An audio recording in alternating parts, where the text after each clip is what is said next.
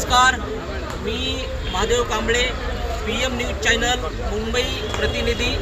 आज आपण मुंबई शहरातील आझाद मैदान या ठिकाणी गेली 4 दिवसापासून महाराष्ट्र राज्य संगणक परिचालक संघटना मुंबई येथील विधान भवनावर धरणे आंदोलन या ठिकाणी महाराष्ट्रातल्या कानाकोपऱ्यातून, जसं की महाराष्ट्रातल्या प्रादेशिक विभागातून मराठवाडा असेल, खानदेश असेल, नागपूर असेल किंवा कोकण असेल किंवा पश्चिम महाराष्ट्र असेल, त्या वेगवेगळ्या महाराष्ट्राच्या प्रादेशिक कानाकोपऱ्यातून या ठिकाणी संगणक परिचालक सर्व कर्मचारी, सर्व पदाधिकारी त्यांच्या विविध मागण्या मंजूर करण्यासाठी, सरकारला मागण्यासाठी या ठिकाणी गेली 3 दिवसापासून या ठिकाणी धरणे आंदोलन करत आहेत।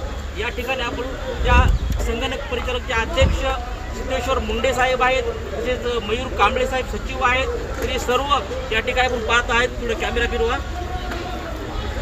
अशा प्रकारे या प्रांगणामध्ये जेवढे काही कर्मचारी पाहत आहेत ते सर्व संगणक परिचालक संघटनेचे सर्व कर्मचारी आहेत, पदाधिकारी आहेत। तर आपण त्या मागण्या कोणत्या आहेत आणि त्यांच्या मागण्या काय आहेत आपण त्या प्रश्न जाणून घेऊया। तर तुमचं नाव काय?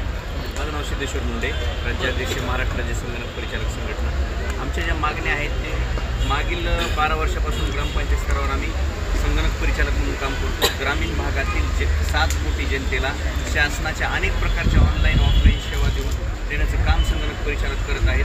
परंतु या संगणक परिचालकांना डिजिटल महाराष्ट्र, डिजिटल इंडिया करणारे हे संगणक परिचालक हे शासनाला सलग 3 वर्ष प्रथम क्रमांकाचं पारितोषिक मिळवून देणारे हे संगणक परिचालक आहेत। पण शासनानं संगणक परिचालकांना केवळ आता सध्या महागाईच्या काळामध्ये 7,000 रुपये मानधन आहे, ते सुद्धा वेळेवर संगणक परिचालकांना मिळत नाही। तर शासनाकडे आमची मागणी आहे की संगणक परिचालकांनी 12 वर्षे प्रामाणिकपणे काम केलेलं असल्यामुळे संगणक परिचालकांना कर्मचारी दर्जा किमान वेतन ग्रामपंचायत स्तरावर द्यावं।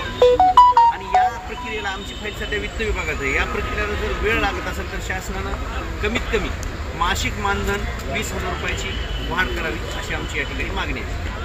या ठिकाणी संगणक परिचालक संघटनेचे अध्यक्ष सिद्धेश्वर मुंडे यांनी असं सांगितले आहे की आमचे जे संघटनाचे जे कर्मचारी आहेत, पदाधिकारी आहेत, ते गेली 12 वर्षापासून या ठिकाणी सरकारच्या खात्यारिक्त कर्मचारी आहेत। त्यांनी वेगवेगळे म्हणजे जे ग्रामीण भागामध्ये जे कार्य चालते ते कार्य त्यांनी केलेलं आहे, परंतु सरकार त्यांचे जे पगार वाढ करत नाही। सरकारने हे जे आता सध्याचे सरकार आहे ते सरकारने पगारवाढ करावी अशा मागण्या